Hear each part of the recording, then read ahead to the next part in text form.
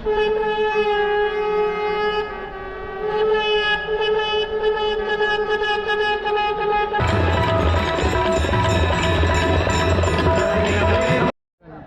भरवली बंद झाली.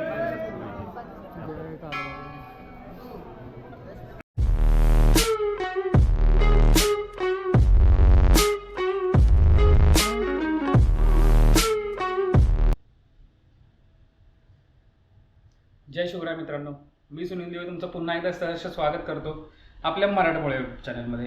आणि व्हिडिओचं टायटल पाहून तर तुम्हाला समजलंच असेल की आपण कुठे चाललो आहे. यस, आपण बनारसला चाललो आहे. आणि सकाळी लवकर आवरून मी आता चाललो आहे ऑफिसला सकाळी 7:30 वाजता. आणि ऑफिसमधून लवकर निघून आपली बॅग घेऊन, ऑलरेडी बॅग पॅक आहे, काल रात्रीचा मी बॅग पॅक वगैरे सगळं करून ठेवलं आहे, फक्त बॅग उचलायचे आणि आपल्या प्रवासाला निघून जायचं आहे. तर आय होप तुम्ही माझ्यासोबत हा बनारसचा प्रवास 4-5 दिवसाचा तो पूर्णपणे एन्जॉय कराल आणि व्हिडिओ शेवटपर्यंत बघाल.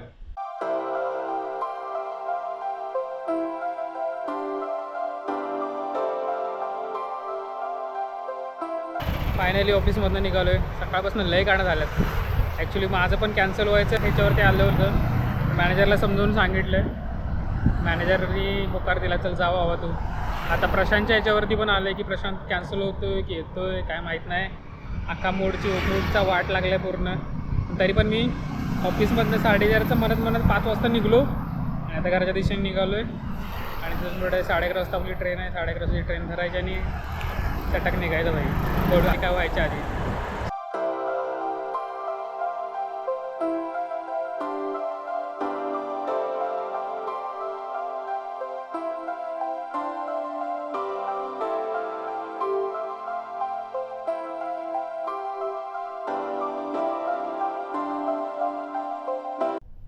फायनली आमचा बनारसचा जो ट्रिप आहे तो चालू झालेला आहे. आणि प्रशांत आणि सतीश म्हणलं लई तांगतोड झालं. यस, हे सगळ्या गोष्टी आपण उद्या सकाळी तुमच्यासोबत शेअर करू, बट डिटेलमध्ये शेअर करू. बट आता माझ्या बाजूला कोण आहे बघा, सेलिब्रिटी खाली का? देशात का तिसरा नाम जरा दिखाव. वहिनी साहेब, या माणसामुळे सगळ्यात जास्त त्रास झालाय आज. आणि जो काय झालाय तो उद्या सकाळी तुमच्यासोबत शेअर करतो मी. चला, it's time to sleep now. Bye.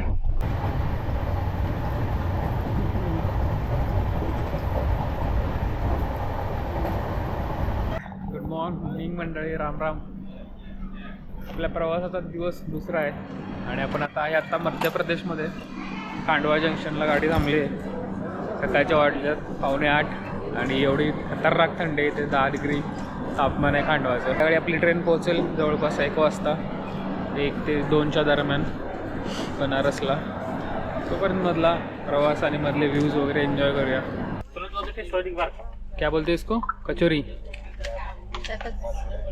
Day 1 का नाश्ता.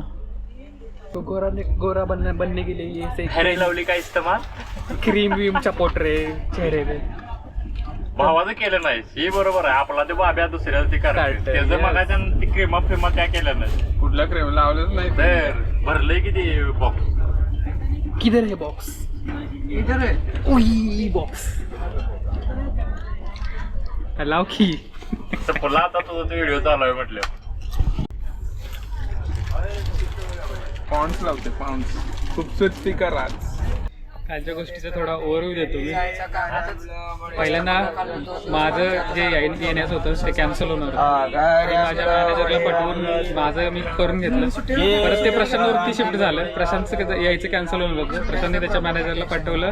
प्रशांत पण आला. पण प्रशांत ज्या वेळेला येणार होता त्यावेळेला मी सतीशला सांगितलेलं की सतीश तू लवकर निघ बाबा, 4:30ला तू निघ तिथून. प्रशांत ज्या वेळेला होईल प्रशांत येईल त्याच्या ह्याच्यानुसार. आमच्या भाऊचं आवरायला पोरींच्या होणे जास्त त्याला वेळ लागतो. तो पाक निघला, पाक 6:30 वाजता नट्टा पट्टा करून याव घेऊन ती क्रीम कुठली कसलं काय वापरतो फेशियल विशियल घेऊन ते निघला 6:30ला. आणि प्रशांत इथं पोचलाय 7:30ला. 4:30ला सांगितलेलं निघला 6:30ला आणि पोचलाय 7:30ला. आता मग म्हणलं, आणि आमची ट्रेन होती बरोबर 11:15ची. भेटणार की नाही गॅरंटी नव्हती, पण दोघं जण निघलीच 8 वाजता. आणि आम्ही महादेवाला एवढ्या प्रार्थना करून सगळं अख्खं कसं तरी हे कसे बसे पोहोचले, ट्रेन धरली आणि आता आम्ही सगळे सोबत आहे. मला तर तुम्ही ओळखता, सुनील देवळे. हे इकडे झोपलेला आहे माझी बायको. समोर हे 2 जे नग आहेत त्यांच्यामुळेच काल आपली ट्रिप कॅन्सल होणार होती. प्रशांत आणि हाच तो नाटकीबाज सतीश दिवे, ह्याच्यामुळे सगळं होणार होतं. बरोबर ना प्रशांत? छोटा भाऊ असं माझा छोटा भाऊ, पण काय कामाचा नाही. आणि हा त्याचा मित्र निखिल बावरे प्यारे. पुढचं म्हणत नाही मी.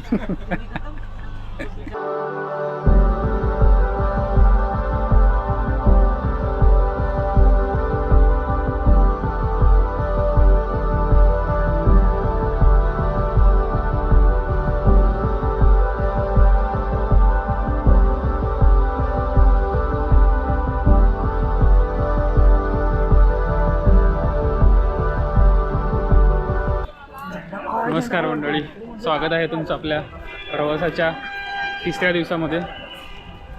सकाळचे वाजलेत 1 आणि आपण आता पोहोचलेत वाराणसी जंक्शनला. इथून आता आपलं जे हॉटेल आहे ते जवळपास 4 किलोमीटर आहे आणि आता आम्ही रिक्षा करून नंतर हॉटेलच्या दिशेने निघणार आहे. इथून आंघोळ वगैरे करून तडक आपण काशी विश्वनाथच्या दर्शनाला निघणार आहे. तर इकडे जर आलात ना तुम्ही तर भरपूर हॉटेल आजूबाजूला अवेलेबल आहेत, प्लस भरपूर रिक्षावाले या टायमिंगला सुद्धा अवेलेबल आहेत. तुम्ही थोडं बार्गेनिंग वगैरे केलं तर रिक्षा तुम्हाला स्वस्तात मिळून जाईल. आम्ही 5 जण आहे, आम्हाला 300 रुपयेमध्ये तो जवळपास 4.4 किलोमीटर आपल्याला सोडणार आहे. तर चला आवरून आता काशी विश्वनाथच्या दर्शनाला निघूया. हर हर महादेव.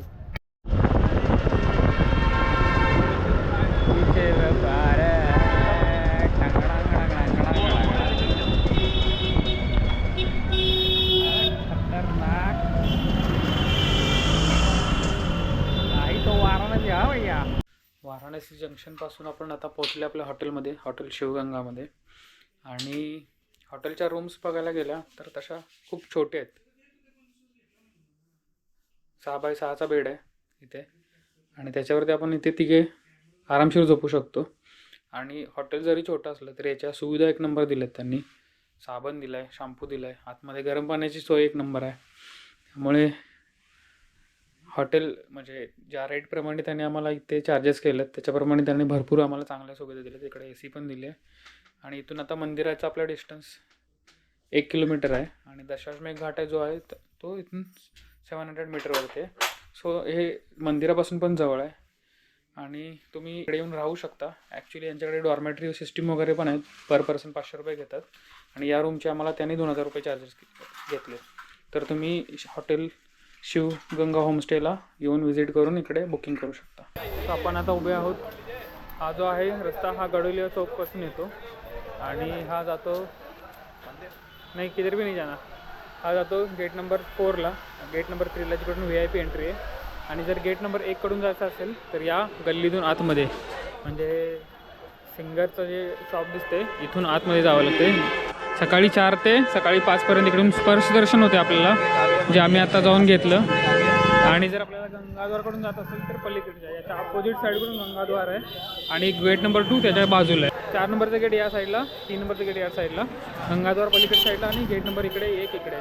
आतमध्ये गेल्यावर तरी पण याचे मंदिराचे दर्शन होतात. माता अन्नपूर्णा मंदिर, काशी विश्वनाथ मंदिर, त्यानंतर ढुंगी गणेश मंदिर, बाकी आणि खूप देवी येतात. म्हणजे जे श्रीरामांचं आहे, हनुमानाचं मंदिर आहे, गणपतीचं मंदिर आहे, भरपूर मंदिरं आहेत ते आपण फिरू शकतो. आणखीन एक गोष्ट सांगायची राहिली आपल्या म्हणजे मंदिराला जायच्या आधी इकडे तुम्ही जर बघितले आजूबाजूला लॉकरची सिस्टीम आहे. म्हणजे ते फ्री लॉकर प्रोव्हाइड करतात, पण आपल्याला जे काय आहे म्हणजे आपलं जे सामान आहे, चप्पल आहे वगैरे सगळं आपण तिथे ठेवतो. त्यांच्यावरून काहीतरी प्रसाद वगैरे घ्यायला लागतं किंवा फुलं वगैरे घेतली तरी चालतं. ते जे काय आहे ते लॉकर आपल्याला प्रोव्हाइड करतात. आपलं मोबाईल वगैरे सगळं सेफली आपण तिथे ठेवू शकतो फ्रीली. आमचं दर्शन झालं आहे पूर्णपणे, एकदम भारी दर्शन झालं गेट नंबर 1नी. आणि आता आम्ही चाललो आहे कालभैरवचं दर्शन घ्यायला. तुम्ही 4 नंबरचा गेट तो माझ्या पाठीमागे आहे आणि त्याचं जे तिकीट काउंटर आहे ते या बाजूला आहे. शुभम दर्शन तिकीट काउंटर. पर पर्सन जवळपास काहीतरी 300 रुपये घेतात आणि मंगला आरती वगैरे आहे त्याला 500 रुपये, मिठे भोग आरती 300 रुपये वगैरे काहीतरी चार्जेस आहेत. आणि आता आम्ही टुकटुक घेऊन निघालोय कालभैरवच्या दर्शनाला. लॉस्ट अँड फाउंड सेंटर पण येतो. Yes, lost and found centre पण इकडे आहे. प्रशांतच्या मदत तुम्ही ऐकलं असेल. Nilesh, you want to say something? Nothing? Say? We are going to Kala Bhairava temple. Yes. मराठ्याने भरवली बंद झाली.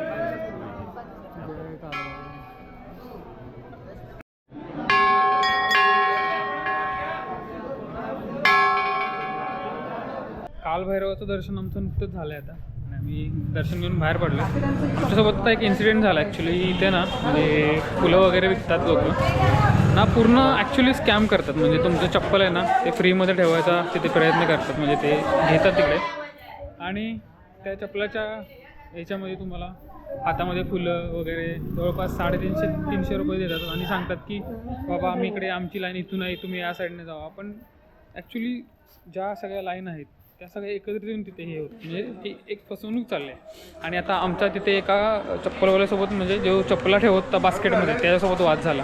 ते बास्केट होता, आम्ही त्या तिथे चप्पला ठेवल्या, आम्ही त्या बाजूला चप्पला काढल्या, तर त्याने आमच्या सगळ्या चपला ढकलून लावल्या.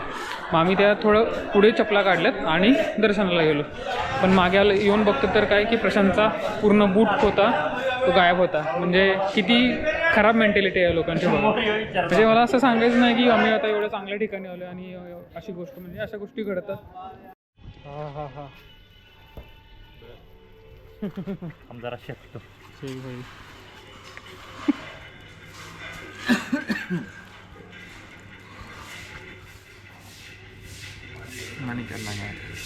शिवगंगा होमस्टेला राहतोय ना, त्याच्या समोर एक मंदिर आहे महादेवाचं, जस्ट समोर. लुक ॲट दिस मंदिर. हे आम्ही जिकडे राहतो त्याच्या बाल्कनीतून सरळ समोर दिसतंय. आणि एक सजेशन देतो तुम्हाला की जर तुम्ही डिसेंबरच्या दरम्यान जर काशीला येत असेल ना तर पूर्ण तयारीनिशी या, कारण एवढी थंडी आहे ना, खतरनाक थंडी आहे ना, जबरदस्त आहे इकडे. आणि तुमचं काय जे असेल स्वेटर, कानटोपी विंटोपी सगळं घेऊन या, नाहीतर वाट लागून जाईल पूर्णपणे. 4 दिवस झालं. आता मी इकडे एका रिक्षावाल्याला विचारलं, तो काय बोलला की 4 दिवस झालं सूर्याचं दर्शन झालेलं नाही. म्हणजे विचार करा किती थंडी असेल आता इकडे. तर प्लीज तुमचं सगळं जे काय आहे ते कॅरी करा.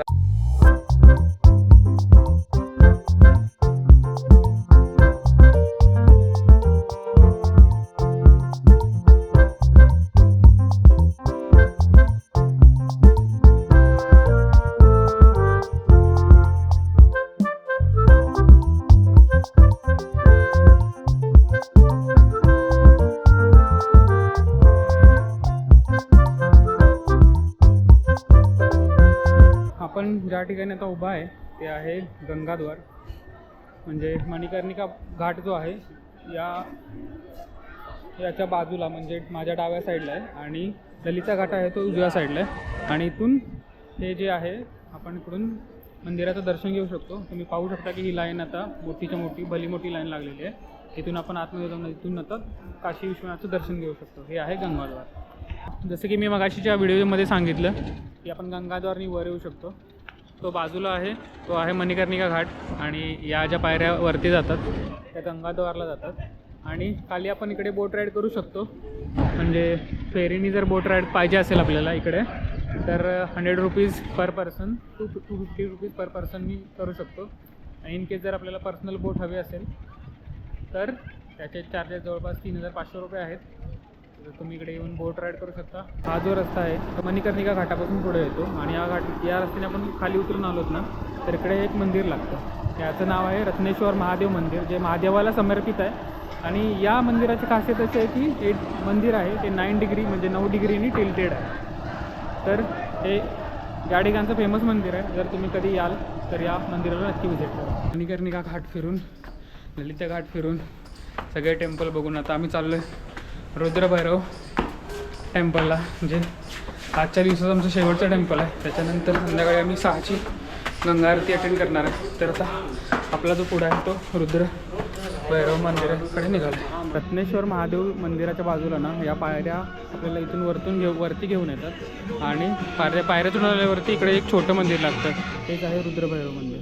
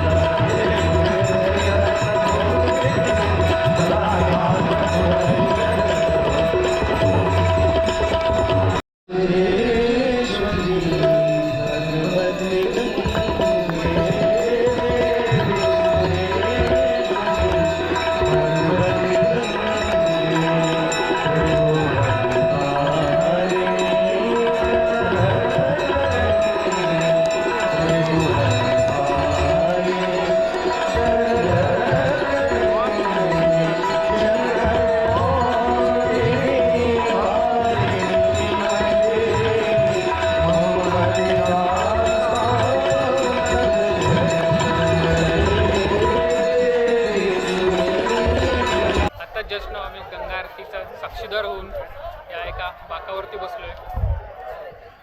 गंगा आरतीबद्दल काही टिप्स देतो मी तुम्हाला की जर तुम्हाला गंगा आरती अटेंड करायची असेल तर जवळपास तुम्हाला 3 वाजता यावं लागेल. जवळपास म्हणजे एवढा क्राऊड आणि एवढी पब्लिक येते या साईडला की तुम्हाला बसायला पण जागा भेटणार नाही. इन केस जर तुम्ही लवकर आलात म्हणजे 2:30च्या दरम्यान वगैरे आलात तर तुम्हाला इथे चेअर असतात इकडे बसायला, त्यावर तुम्ही बसू शकता फ्रीली. इन केस जर तुम्हाला बोटीतून बघायची असेल गंगा आरती तर पर पर्सन ओरिजिनल सिंदूर. आणि जर जेवढ्या तुम्ही लवकर याल तेवढ्या तुम्हाला लवकर पुढे बसायला मिळेल. आणि जेवढ्या तुम्ही लेट याल म्हणजे गंगा आरती ॲक्च्युली 6ला चालू होते, आम्ही जवळपासला 4ला इथे हजर झालो. आम्हाला पुढे जागा भेटली लकीली. आणि एवढी भारी गंगा आरती मी कधीच म्हणजे एक शब्दातसुद्धा मांडू शकत नाही. एवढी जबरदस्त वेळेला आम्ही गंगा आरती अटेंड केली. खूप भारी वाटलं. म्हणजे आत्ता आम्हाला फील झालं की आम्ही काशीमध्ये खरं आलो आहे. आणि याला मोक्षद्वार का म्हणतात आणि काशीला एवढं महत्त्व काय ते आता गंगा आरती बघून आम्हाला समजलं.